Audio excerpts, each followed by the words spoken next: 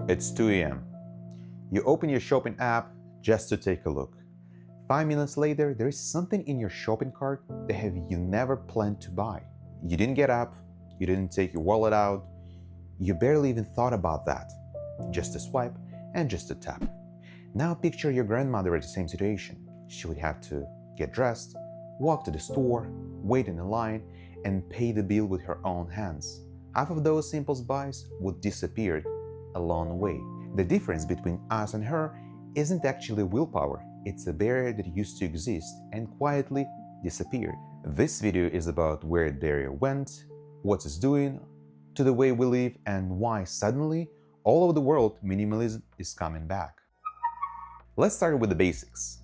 Consumption isn't just buying actually, it's any exchange of value through spending. It could be money, time, or attention.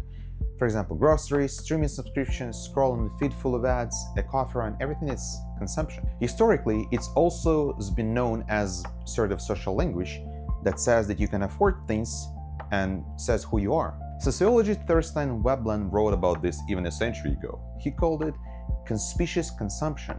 But consumption actually, it's a neutral thing. The problem I want to talk about is not what we consume, but how the environment around us has changed. And for that, I need one term that is going to run through the entire video. It's called friction. Friction is any barrier between I want it and I have it. It comes in different forms. Physical, you have to get up, walk, choose, wait in a line. Could be financial, hanging over the cash physically hurts. There is literally a term for that. It's called the pay of paying. Time, there used to be a gap between deciding and receiving. Cultural, upbringing, ethic, and quiet voice saying don't spend just because you can. Friction is what used to make us pause for a second. In that pause, that's where the conscious choice lived. Now let's look at what happens when the friction starts to disappear. If you look across cultures, friction has always looked different, and mostly it was cultural.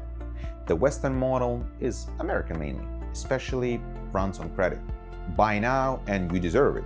That's not just advertisement, it's sort of baked into the ethic itself, which is a part of why America's saving rate has been historically not as high as could be. The Asian model tends to run other way. Confucius ethics of savings, providing for the family, and not simply spending. In China, Japan, Korea, savings rate have historically been much higher. There is a recent case worth mentioning. After COVID-19, China saw a trend, and economists started to call it revenge saving. Instead of actually rushing out to spend after the lockdowns, people saved even more.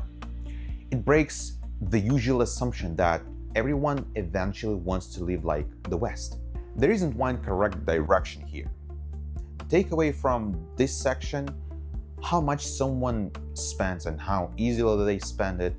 That's not human nature actually. It's learned behavior, built by culture. Which means, for a long time, friction wasn't infrastructure, it was upbringing. That's the assumption we're about to break.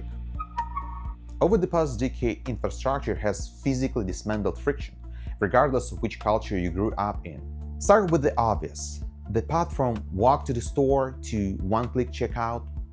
Digital payments and contactless cards remove that pain of paying.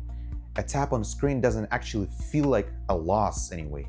There is even buy now, pay later system, an entire industry built around making big purchases psychologically invisible by spreading them out over time.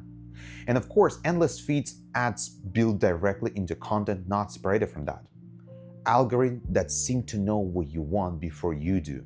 But there is a quieter shift happening too, but not in digital world. And I find it especially telling because groceries are essentially a middle step between ready-made food.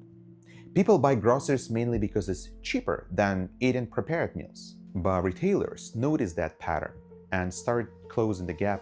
In-store bakeries and coffee counters, their own ready-to-go-eat brands, food courts every mall, 15 minutes grocery delivery app. Retail is turned from a seller of raw material into a seller of finished result. Price close enough to groceries that is, the choice barely matters anymore. It's the same mechanism as digital payment, just playing out in physical world. And the gap between I want it and I have it keeps getting erased. And that tells us that is not a digital trend. It's a systematic one.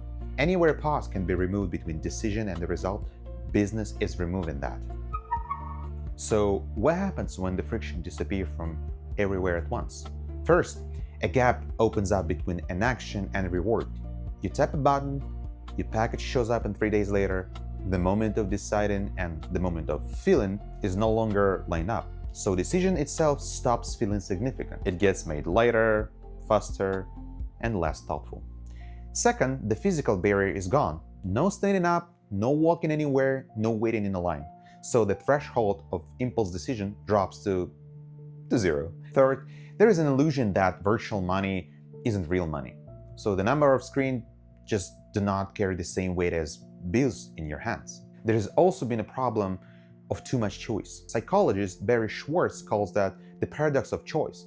The more options in front of you, the more likely you're to freeze or just pick something random. An endless feed is infinite choice, multiplied by zero friction. And one more thing that we rarely notice. We're not just spending money, attention, and time are the form of consumption too. They're just the ones that taken from us most aggressively, while we don't even notice it's happening. So let's go back to the section of consumption models. So we said the barrier between wanting and buying used to be held by the culture, by upbringing, by ethics, and by built-in sense of enough. Now we are seeing something else, infrastructure digitally, and now retail too, physically, taking the barrier apart. Turns out, it was never really about the culture, it was about friction, and culture was just compensated for that. Once technologically removed the friction, what got exposed is that our own internal brakes are pretty much weak. There is nothing left to lean on except a conscious choice, made freshly every single time. Here's what tends to happen next. When consumption becomes automatic and every individual action loses its own weight, things pile up around a person without any sense and meaning. More stuff, more food, more content, but we barely notice any value of that because the process of getting it has been stripped with the weight. And as a response to that, there is a counter trend is picking up speed around the world. Minimalism, or better to say lagom, the Swedish idea of not too little, not too much, but just enough. It's not a trend actually, it's a rejection of consumption. It's people trying to manually rebuild the exact friction that it used to be before. So maybe we haven't lost the ability to hold ourselves back.